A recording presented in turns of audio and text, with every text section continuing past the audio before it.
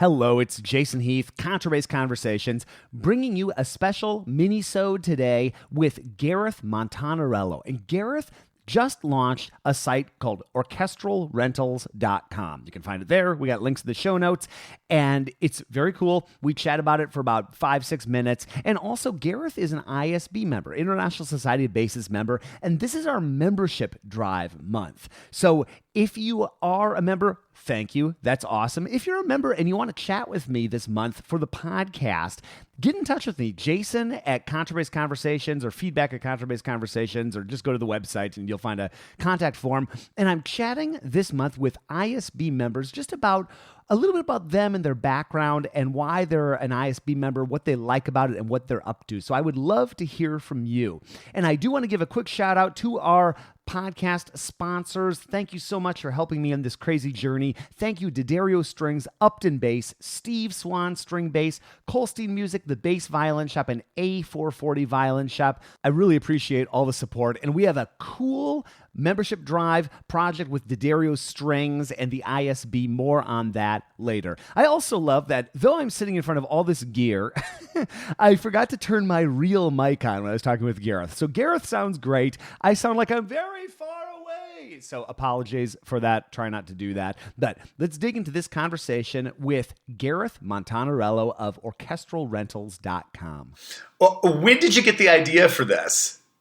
So I was traveling over winter break. I went to upstate New York for a bit. I didn't want to bring my bass, so I was able to rent one, but I was falling asleep one night, and then the idea came to me that there should be a website for this, so I started it.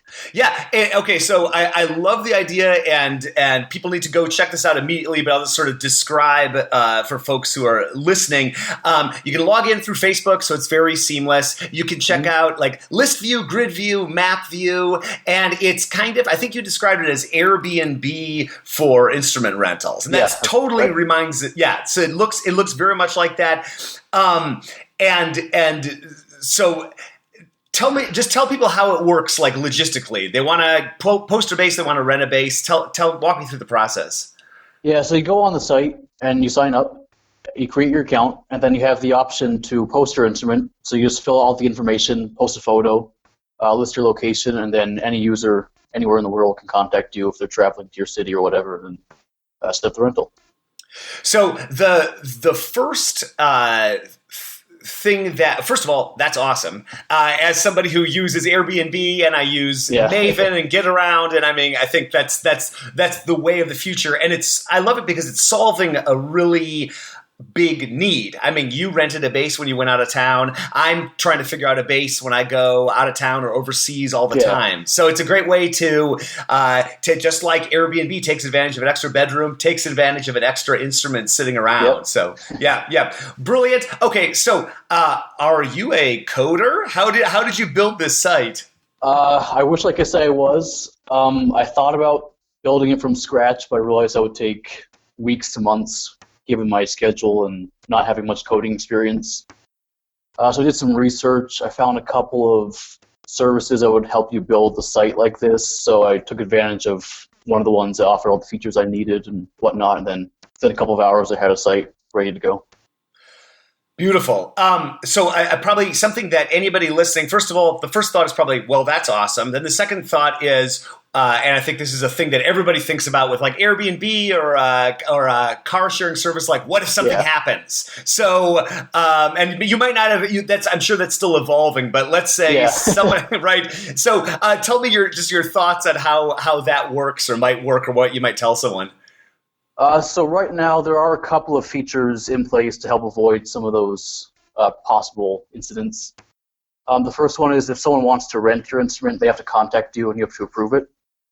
All the payments and communications are handled online through the website, so it's completely secure. At the end of each agreement, there's a rating system. So if you had a good experience, you can give whoever you rented from or rented to a good or bad rating. So that's mostly to help discourage people, stealing instruments, damaging them, stuff like that. And then I do have some more ideas that I'd like to integrate in the future, but when the time comes, those will come. So people can go and sign up right now, and they can post their instruments, and they can search, and you've got a few things up there and more to come, I'm sure, as people start to sign up. And then you can also invite new members through the site, which is very cool. Wow, love the idea. I love that you just made this happen. And I also see you're relatively new to bass. 2014. Yeah. Tell me the story. Yeah. Okay. How'd you discover the bass? Yeah. So I had the option of learning an instrument, I guess, when I was in third grade. So a long time ago now.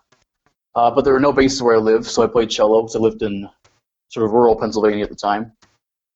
So I always wanted to play bass up through high school, junior high, whatnot. And then my last semester of high school, the opportunity came up for me to get a bass, so I bought a bass from a friend. It's actually the one on the website now. So I began taking lessons from some people in the Phoenix Symphony, and then came down to U of A just this past year after doing some time at community college. Well, as somebody who I haven't spent a ton of time in Arizona, I've spent a little more time in Vegas, and one of the things that I think about with that region and playing a bass is like, how the heck do you keep your bass from exploding from the 120 degrees and no humidity? How do you keep a bass healthy in that kind of climate? Well, I'm lucky because as far as I know, my bass has been its entire life in Arizona, so it's pretty climatized to the state. In the winter, it tends to kind of shrink up and get all wolfy, so I just have a damp pit. That's all I really need to take care of it. That's it. Wow. Yeah, it's pretty easy. Okay. Wow. I thought maybe you had some elaborate system. That's great. And you're playing. If I leave it in the car for too long, then you can start smelling the varnish heating up. So I try to avoid that. Okay, that's a good tip for when I'm down there. And you're playing on a Colstein bass, right? I am. Yeah. Colstein Ardelli. I think it was made in like 2003 or so. Okay. Cool. When did you pick that up? That was my first bass I ever bought, so I got lucky. Wow, that's a good way to start. Most of us didn't start that something. No, actually, my brother had a little plywood bass that I started trying to play on for a couple of weeks, and I was like, you know what, I want to do this full time. So I found out my friend was selling it, and then that was that. Nice. And then, so I love that you're an ISB member. So we got ISB members doing cool things like this. It's really exciting. What do you like about the ISB? Why did you decide to join? And why do you think that? Why are you a member? Oh man, this is a great resource. I mean, there's so much stuff on the website, and I'm hoping I can make it out to the ISB convention this year, meet some other people, and learn some new ideas. It'd be a great way to get the word out about this site, and yeah, it'd be great to see you at the convention. It's gonna be a blast. Have you made it out to any conventions before? No, this will be my first one if I am able to go. It's it's logistically challenging. Oh, I'm sure. But once you get there, it's like, it really is. As someone who goes to a lot of different conferences and conventions, that it's special. It's really